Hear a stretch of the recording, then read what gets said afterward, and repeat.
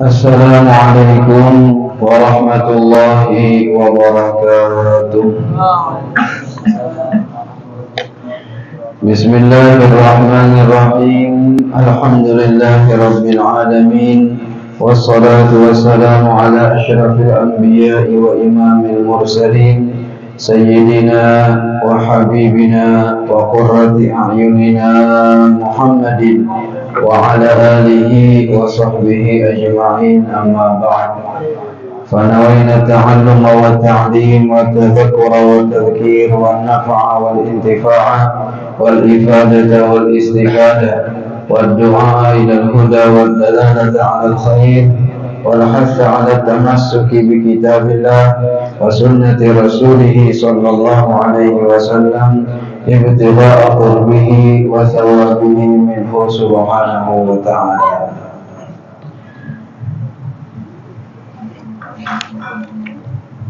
قال المؤلف رحمه الله تعالى: ونفعنا بعلومه وبعلومكم وبعلوم سائر الصالحين. باب في الأمر بالمحافظة على السنة وآدابها. قال الله تعالى: من يطع الرسول فقد أطاع الله. وقال تعالى: وإن تطيعوه تهتدوا. وقال تعالى: فليحذر الذين يخالفون عن أمره أن تصيبهم فتنة أو يصيبهم عذاب أليم. صدق الله العظيم. الرابع عن أبي مسلم وقيل أبي إياس سلامة بن عمرو بن الأكوع رضي الله عنه أن رجلا أكل عند رسول الله صلى الله عليه وسلم بشماله فقال: كل بيمينك. قال: لا أستطيع. قال: لا استطعت. ما منعه إلا الكبر فما رفعها إلى فيه. رواه إمام مسلم.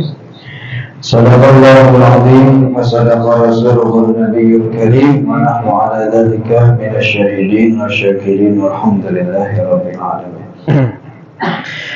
Hadirin dan hadirat, bapak-bapak, ibu-ibu, saudara-saudari, jemaah majelis yang sama-sama dirahmati oleh Allah Subhanahu wa taala.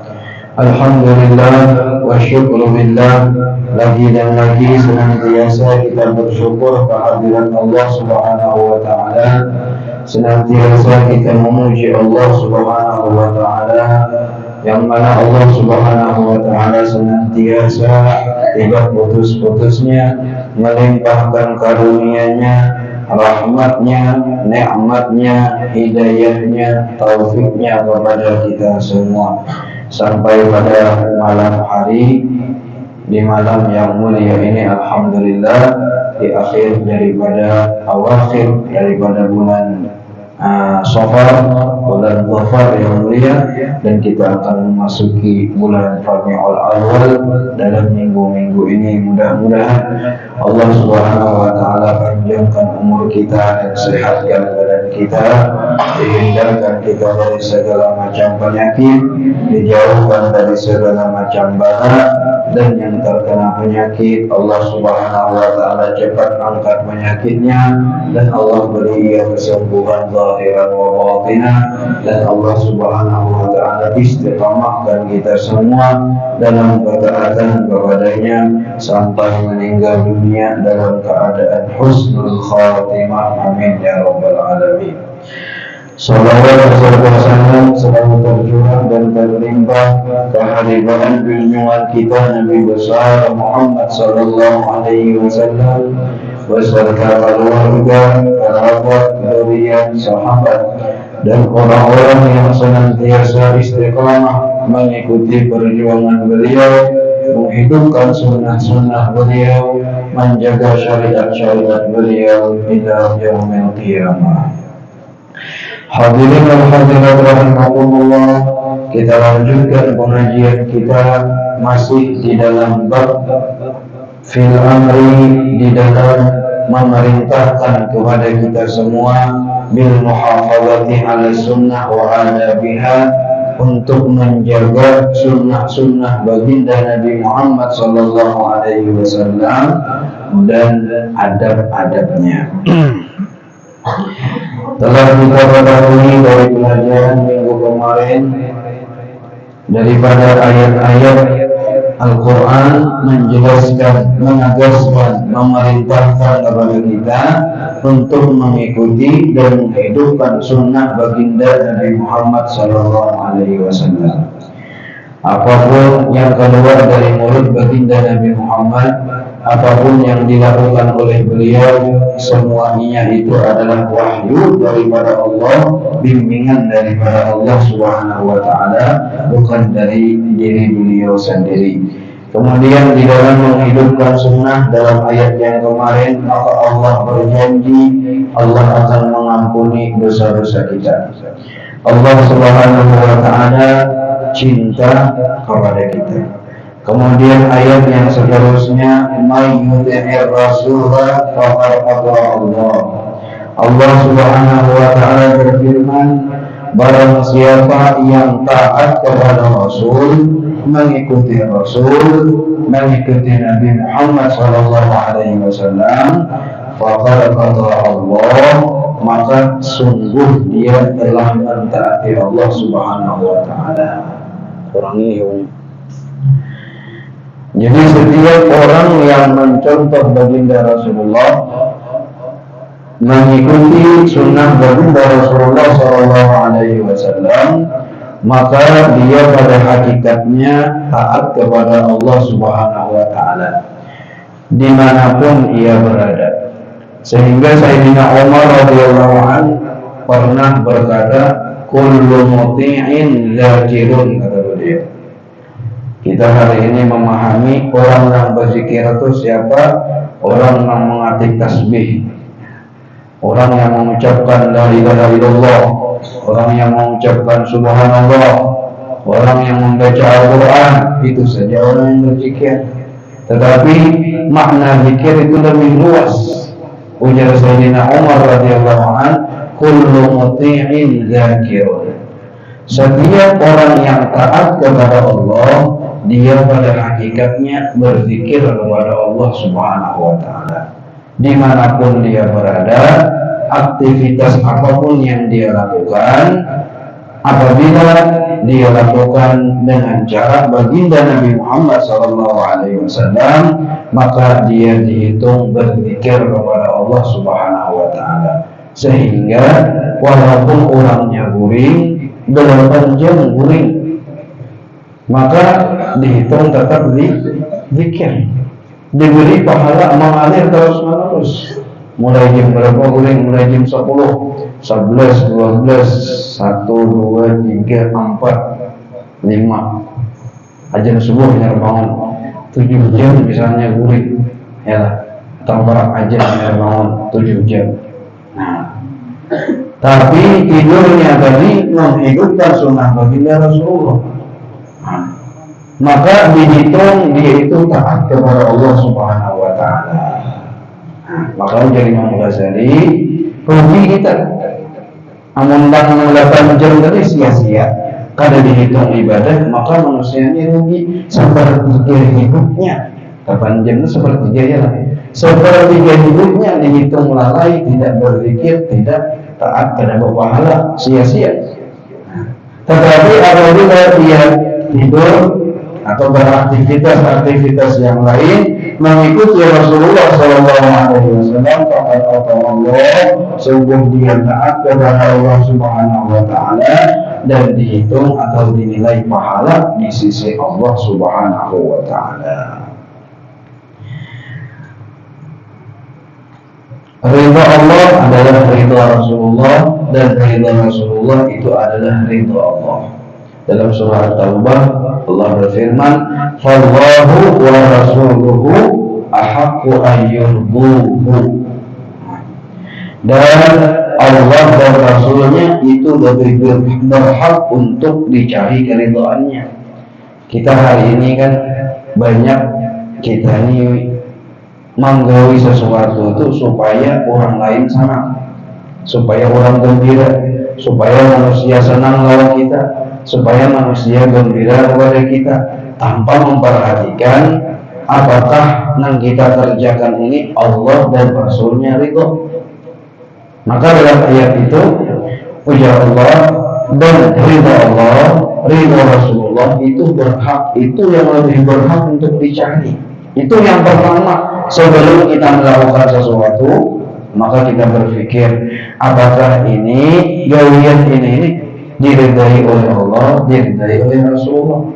Bila diridai oleh Allah, diridai oleh Rasulullah, maka cepat kita kerjakan. Amunnya gawian ini kada diridai Allah, kada diridai oleh Rasulullah, maka kita jangan kerjakan. Kalau jadi, nah kemudian ayyuhu Allah Subhanahu wa taala menggabungkan dhamir dalam ilmu nahwu. Kalau orang kesurangan ghaib pakai dhamir hu, kalau yang kedua huma. Harusnya ayatnya itu fallahu wa rasuluhu ahaqqu ayyuduhuma, tetapi Allah mengatakan yurduhu pakai hu, yang asalnya berdua, Allah dan Rasul disebutkan berdua jadi satu. Nah, di sini ulama menjelaskan bahwasanya keridhaan Rasulullah itu adalah keridhaan Allah, kalau mau terpisah. Nah, kalau mau yang digawinya ini yang jauh daripada perintah Allah, jadi di sini ada keridhaan Allah, Allah senangnya, tetapi gawiannya menyalahi sunnah baginda Rasulullah. Ada mau itu gawian orang ini jauh daripada sunnah baginda Rasulullah, tapi jauhnya di sini ada keridhaan Allah. Ada mau itu karenanya satu jalannya untuk mencari keridhaan Allah, yaitu dengan mengikuti baginda Nabi Muhammad Sallallahu Alaihi Wasallam. Satu-satunya pintu untuk sampai kepada Allah, sampai kepada keridhaan Allah, yaitu dengan kita mengikuti baginda Nabi Muhammad Sallallahu Alaihi Wasallam. Kemudian Allah Subhanahu Wa Taala juga berfirman, wa in tuti'uhu tahtadu. Janji yang kedua ataupun yang kedua di hari ini, di minggu kemarin sudah banyak orang yang menghidupkan sunnah. Allah berjanji, wa in tuti'uhu tahtadu, jikalau kalian mengikutihu, yaitu Nabi Muhammad dalam kehidupannya selama hidupnya, umpati Nabi Muhammad, tahtadu. Tahtadu ini dalam ilmu nahwu jawab daripada in, yaitu pasti ada di sana tersimpan makna pasti. Apabila kalian dalam hidup ini mengikuti Nabi Muhammad, tahtadu, pasti kalian mendapatkan petunjuk atau mendapatkan hidayah daripada Allah Subhanahu wa taala. Apapun yang kita kerjakan mengikuti Nabi Muhammad, pasti kita yang mengerjakan ini dapat hidayah, dapat petunjuk. Nah, dalam ayat lain Allah menyindir manusia, menyindir kita ini, wa in tuti' aktsara man fil ardi yudhilluka an sabilillah. Ini kebanyakan manusia nih kayak ini.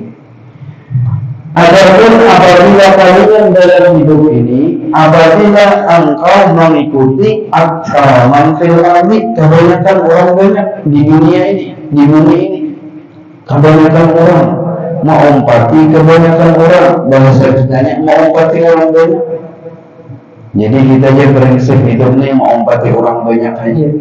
Nah, ujar orang kahulu, jarang kaider, jarang kaini mengumpati orang aja sudah nyaman, sudah hidup tuh mengumpati orang aja. Ujar Allah, apabila engkau dalam hidup ini mengumpati orang banyak di permukaan bumi ini, yudhilluka an sabilillah, mungkin orang yang banyak tadi akan menyesatkan engkau dari jalan Allah Subhanahu wa taala. Amal empat Nabi pasti kada tersesat, pasti dapat hidayah. Tapi amal empat orang banyak kada mesti dapat hidayah. Bisa jadi gawian orang yang banyak tadi menyesatkan kita dari jalan Allah Subhanahu wa taala. Oh, jar amun pangantinan nih, amun kada bakaruki, kada rami. Amun kada berbiduan, kada rame. Amunnya kada bermusik, kada rame. Ya lah, kayak itu. Kalau orang banyak pangkat itu, beberapa orang mulai berdiri aja kayak itu. Bila ininya pengantinan tuh pasti karaokean, pasti berbiduan. Amunnya kita pengantinan juga, kita kada karaokean juga banyak orang di sana berbiduan gitu. Jurang pengantinan kayak orang mau aja. Tungarannya mau obati orang banyak. Boleh jadi udah Allah dengan orang banyak tadi menyesatkan engkau dari jalan Allah. Mau obati aja, nyewa aja. Padahal berapa habis duit? Ya 20 juta, ya lah 30 juta habis dalam sia-sia, bahkan dalam sesuatu yang haram. Itu mulai malam ya, orang guringan ini bermusikan nyaring. Jangankan bermusikan nyaring, mengaji bahar siang orang sudah jam guringan, maka bahar siang tadi hukumnya haram mengganggu orang guring. Mengaji nyaring bermikrofon jam 11 malam atau jam 12 malam mengaji di sini bermikrofon luar. Ada orang yang anaknya masih halus ngeganggu waktu bangunnya, orang tua pada awal guring. Itu Quran berulang dibaca. Haram hukumnya karena mengganggu orang guring, karena jam guring. Apalagi macam-macam seperti itu, musik, macam-macam, karaoke. Ya. Amun hendak ya putar senyaring-nyaringnya di rumah seorang aja, jangan sampai kadang-kadang kasubaran, jangan sampai kadang-kadang mana ngarannya kasubaran. Amunnya subaran itu berdaan, tetangga berdaan itu, orang subaran tidak menikah bapak juga, ya lah, silakan aja. Tapi ada satu enggak di antara orang kampung tadi ada orang guring, ada ketujuh, maka itu hukumnya haram. Artinya mengganggu tetangga. Banyak lagi gaya-gaya ada di kampung ini. Jadi bila kita kalau mengompati orang banyak, kita kayaknya disambati orang. Ada kita tuh mizan ukuran, tolak ukur dalam hidup kita, prinsip kita ini mengikuti Rasulullah. Walaupun sunnah Nabi tadi itu belum hidup lagi di kalangan masyarakat. Makanya hadisnya itu yang berpahala besar, pahalanya benar itu menghidupkan sunnah, berpegang teguh dengan sunnah. Kalau mengamalkan sunnah harian itu ada juga fadilahnya, mencintai Nabi. Tetapi yang besar itu adalah berpegang teguh kepada sunnah Nabi. Artinya berpegang teguh itu apa? Orang berpegang kada menggoli, orang berpegang kada jangan mengerjakannya. Kita seorang menggoli. Itu kok sampai orang berlain pada orang. Tapi ini sunnah Nabi. Lalu warnanya terus-menerusnya menghidupkan sunnah, berpegang teguh dia dengan sunnah Nabi tadi. Maka ujar Nabi, falahu ajru syahid, dia mendapatkan pahala mati syahid. Dalam riwayat lain mendapatkan pahala 100 orang mati syahid. Amalnya sunnah ini sudah diamalkan oleh orang banyak, kan dapat lagi pahala itu. Berarti kan udah lumrah deh, biasa deh. Ya, kalau apa lagi? Ini yang palingnya panas, ya lah. Hati ini asal kayak apa? Itu di situ fadilah daripada sunnah baginda Nabi Muhammad SAW. Amun sudah lumrah dan diamalkan dan orang banyak, ada lagi palingnya panas, ada lagi hati ini hati pengarannya macam-macam tuh boleh deh. Amun sudah diamalkan orang. Tapi sunnah asli. Itu yang diamalkan, berpegang teguh kepada sunnah itu, itu yang berpahala besar. Bahkan ujar Nabi, orang yang memegang agama betul-betul di akhir zaman ini seperti memegang bara api. Coba biar nyalai api, ada baranya. Bara itu nggak diikuti, kayak itu. Tapi syaratnya 100% hendak mengamalkan agama. 100%. Saking beratnya kayak memegang bara api. Bila diikuti tangan lupa kepanasan. Tapi bila inya dilapas, maka inya bara api tadi akan aja padam. Bila kita lapas, agama lepas daripada kita.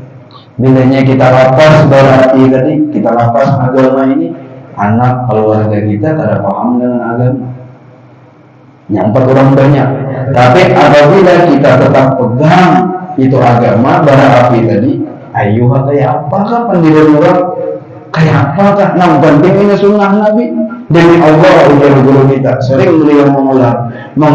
Kalaulah engkau mengamalkan sunnah Nabi, engkau yakin ini sunnah Nabi, walaupun seluruh jin dan manusia di dunia ini bertentangan dengan engkau, maka demi Allah engkau orang yang beruntung, engkau akan menang. Tetapi sebaliknya, kalaulah sebagian orang mengamalkan sunnah Nabi, kita ada, atau 4 orang ada mengamalkan sunnah Nabi, demi Allah kita ini kada beruntung. Kita kada beruntung. Kalau kita istiqamah ini dalam sirah baginda Rasulullah, dalam kehidupan Nabi itu sidin kada membalas orang namanya bani sidin, kada dibalas sidin, kada ada sidin membalas, berdiam aja sidin. Allah membalas dalam Al-Quran.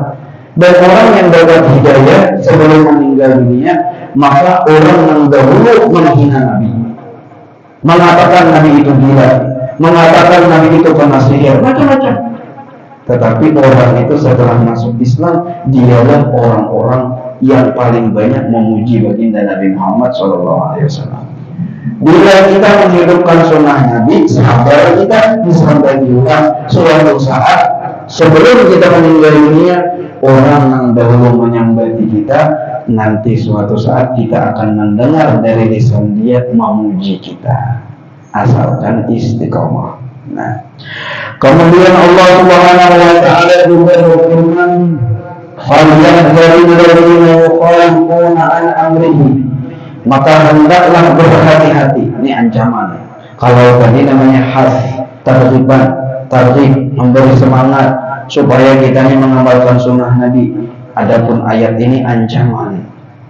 Falyahdharil ladzina yukhalifuna an amrihi, dan hendaklah berhati-hati orang-orang yang mukhalafah, tidak mau mengamalkan sunnah-sunnah baginda Rasulullah atau menyalahi perintah Nabi.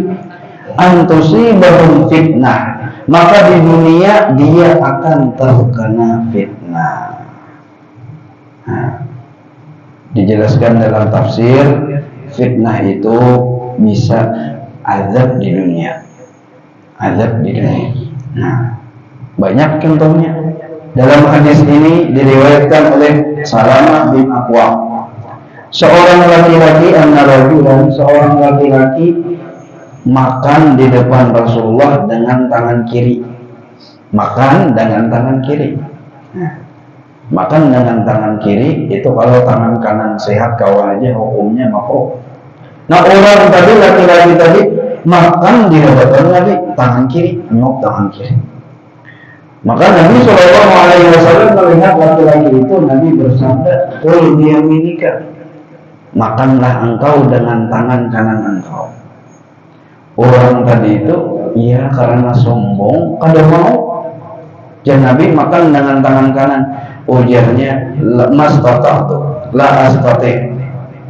Wahai Rasulullah, tangan ulun ni kada kawa makan dengan tangan kanan. Padahal tangan kanan ini sehat saja. Waktu itu tangan kanan ini sehat saja. Kau aja makan dengan tangan kanan. Tapi karena gengsi, karena sombong. Padahal Nabi ini yang menegur. Hanya kayak itu pun orang gengsi, orang sombong ini sudah. Siapa kalau yang menegur? Malaikat Jibril kada tangan menegur. Hatinya kada mau menuruti. Karena sudah terbawa gengsi sudah. Lalu karena dia mengatakanlah seperti tangan kananku tidak bisa wahai Rasulullah, maka ujar Nabi, maka tangan kanan engkau tidak akan bisa selama-lamanya. Maka saat itu juga tangan kanannya stop sampai mati. Stroke, tangan kanannya kalau mau angkat lagi, Imam mengatakan, nah ibaratnya itu hitungannya mendustai Nabi ya. La astati'nya. Kata Allah ya Rasulullah, kata Allah, ya Nabi mas total. Maka ya Nabi, selama-lamanya tangan kanan engkau tidak akan bisa mengangkat. Jadi stroke jadinya tangan kanannya. Ini gara-gara menyalahi perintah baginda Nabi Muhammad Sallallahu Alaihi Wasallam. Jangankan orang biasa, sahabat Nabi. Dalam perang Uhud, ujar Nabi lah orang 70 ahli panah. Walaupun orang suah umrah, suah tulakan ziarah ke Bukit Uhud, dan di depannya ada makam Sayyidina Hamzah, Sayyidus Syuhada. Nah ujar Nabi, ini pemanah ahli panah berdiam 70 orang di mana di atas Bukit Uhud. Jangan turunan, kayak apa keadaannya? Jadi perintah Nabi, jangan turun pada situ, kayak apa keadaannya? Mana nggak kami kalah, kami kayak apapun keadaan kami, jangan turunan pada situ. Ini perintah Nabi. Nah, perang terjadilah perang. Orang-orang kafir Quraisy pun kalah dalam peperangan itu. Semuanya lari. Lari itu bukan musuh kalah dah. Nah, kemudian orang-orang yang 70 tadi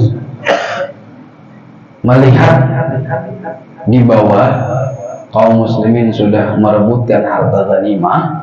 Nah, maka mereka turun yang 70 tadi. Allahu Akbar. Ujar Nabi jangan turun, tapi mereka turun.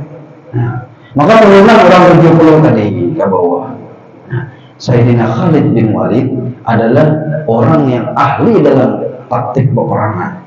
Waktu itu beliau belum masuk Islam. Nah, jadi kalaunya bukit itu ditinggalkan dan diserang balik, maka pasti kaum muslimin akan kalah. Jadi ini Sayyidina Khalid radhiyallahu anhu sambil lari ke belakang, tapi beliau memutar kudanya, terus putar kuda sampai naik ke bukit tadi. Kaum muslimin ketika itu di bawah sedang memilihi harta ghanimah. Nah, ketika itu maka diserang dari atas. Bayangkan diserang dari atas, ada yang memanah, ada yang pakai macam-macam, dari pakai tombak. Kemudian musuh yang tadinya lari maka kembali lagi berguling. Bayangkan waktu itu keadaannya terkepung. Rasulullah Shallallahu Alaihi Wasallam bersama para sahabat terkepung. Di atas ada Sayyidina Khalid bin Walid musuh, dan dari depan juga musuh. Sampai Nabi Shallallahu Alaihi Wasallam ketika itu terluka. Kemudian ini yang gigi Nabi SAW patah dalam perang Uhud. Nah, kita sempat ziarah ke satu gua tadi halus aja benar, cukup untuk 2 orang aja. Nah, tapi umumnya orang umrah biasa jarang bang dibawa ke sana, karena tempat itu dijaga polisi, ada juga menjaga. Nah, kadang-kadang guanya ada syirik ya. Nah, dijaga. Dan orang-orang, sebagian orang aja yang tahu tempatnya itu. Jadi agak berjalan. Nah itu dahulu Nabi SAW dirawat setelah peperangan Uhud. Jadi Nabi dalam keadaan berdarah, kemudian gigi beliau patah, sempat dirawat di gua itu. Nah, jadi gua itu biar kita masuk ke dalam tuh langsung kita ini mencium bau misik, bau yang harum wangi. Padahal tempat itu tuh sudah ditinggalkan dan tidak ada lagi orang yang menggaduhnya. Bahkan apabila kita ke sana disariki oleh polisi. Tapi tempat itu harum wangi sampai ini. Berapa ribu tahun sudah. Nah, 1 abad setengah sudah bau wangi itu masih ada, karena darah Nabi SAW pernah menitis di tempat itu. Maka itu darah Nabi wangi. Makanya darah Nabi itu ada najis. Nah, kalau darah selain Nabi itu najis, tapi darah Nabi SAW ada najis. Nah, dari perang tadi. Nah, disebabkan apa? Menyalahi perintah baginda Nabi Muhammad SAW. Kalah, tapi kada sampai kalah benar. Nah, Kemudian Allah Subhanahu wa taala berikan pertolongan juga di akhirnya.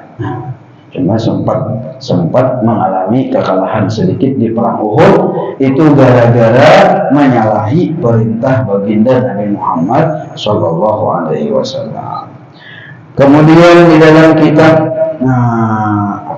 tafsir Marah Labib, kata beliau bisa juga fitnah di dunia itu kata seliti jadirin, seperti Allah Subhanahu wa taala berikan kepada mereka pemimpin yang zalim, pemimpin yang menindak rakyat, pemimpin yang mengambil hak rakyat. Nah, itu bisa terjadi apabila umat itu sudah meninggalkan perintah-perintah dan sunnah baginda Nabi Muhammad SAW. Jadi jangan salahkan pemimpin, jangan salahkan presiden. Ujar Nabi dalam hadis, ummalukum a'malukum ummalukum. Amal kalian adalah yang akan menjadi pemimpin kalian. Apabila amalan kalian baik, iman dan takwa, maka Allah jadikan pemimpinnya baik. Jadi cerminan rakyat ini, cerminan pemimpin itu adalah rakyat. Bila rakyatnya tadi baik, Allah jadikan pemimpin yang baik.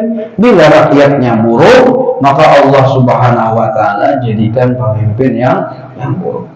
Biar Nabi berdoa terus, Nabi Rasulullah SAW sering berdoa, wala tusallit alaina man la yakhafuka wa la yarhamuna.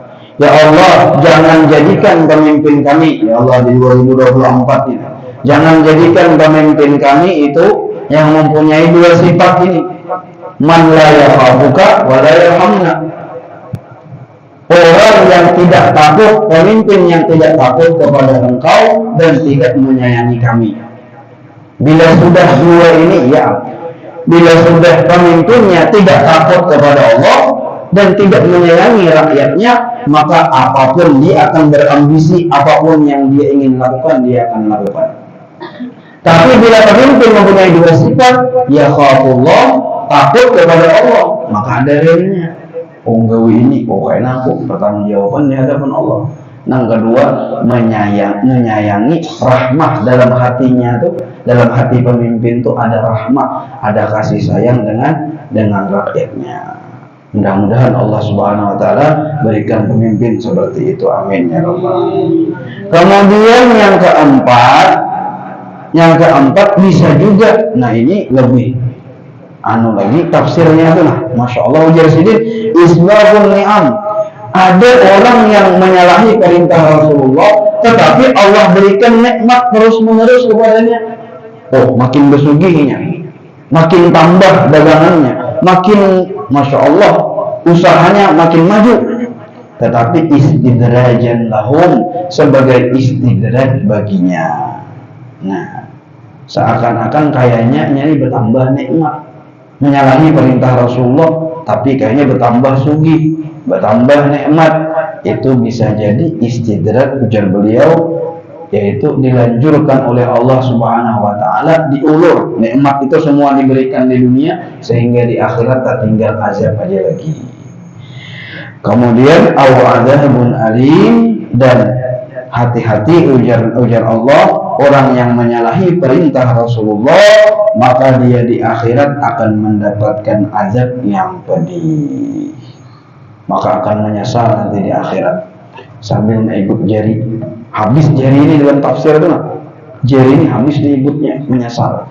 Yauma ya'addu dhalimu ala yadayhi, ketika pada hari kiamat tersebut orang-orang zalim dia akan menggigit jarinya sampai jarinya ini habis. Yaqulu ya, apa ayatnya? Yauma ya'addu dhalimu ala yadayhi yaqulu ya laitani ittakhadtu ma'ar rasuli sabila. Ya Allah, menyesal, kenapa dahulu aku kada mau umpati Nabi ini? Kenapa dulu aku di dunia kada mau umpati Nabi Muhammad? Ya wailata laitani lam attakhidh fulanan khalila. Menyesal yang kedua, kenapa aku mau umpati Tuhan yang itu? ngompati kawan, disesatkan oleh kawan, maka menyesal karena salah memilih kawan, maka dia menggigit jarinya sampai jarinya tadi habis, belum lagi dapat azab, hanya menyesal. Nah, itu orang-orang yang dahulu di dunia tidak berteman dengan Rasulullah, dengan sahabat Rasulullah, dengan orang-orang yang mengikuti Rasulullah, tetapi temannya adalah orang-orang yang memusuhi Allah. Mereka akan menyesal nanti di hari kiamat. Mudah-mudahan Allah Subhanahu wa taala berikan hidayah dan taufik kepada kita.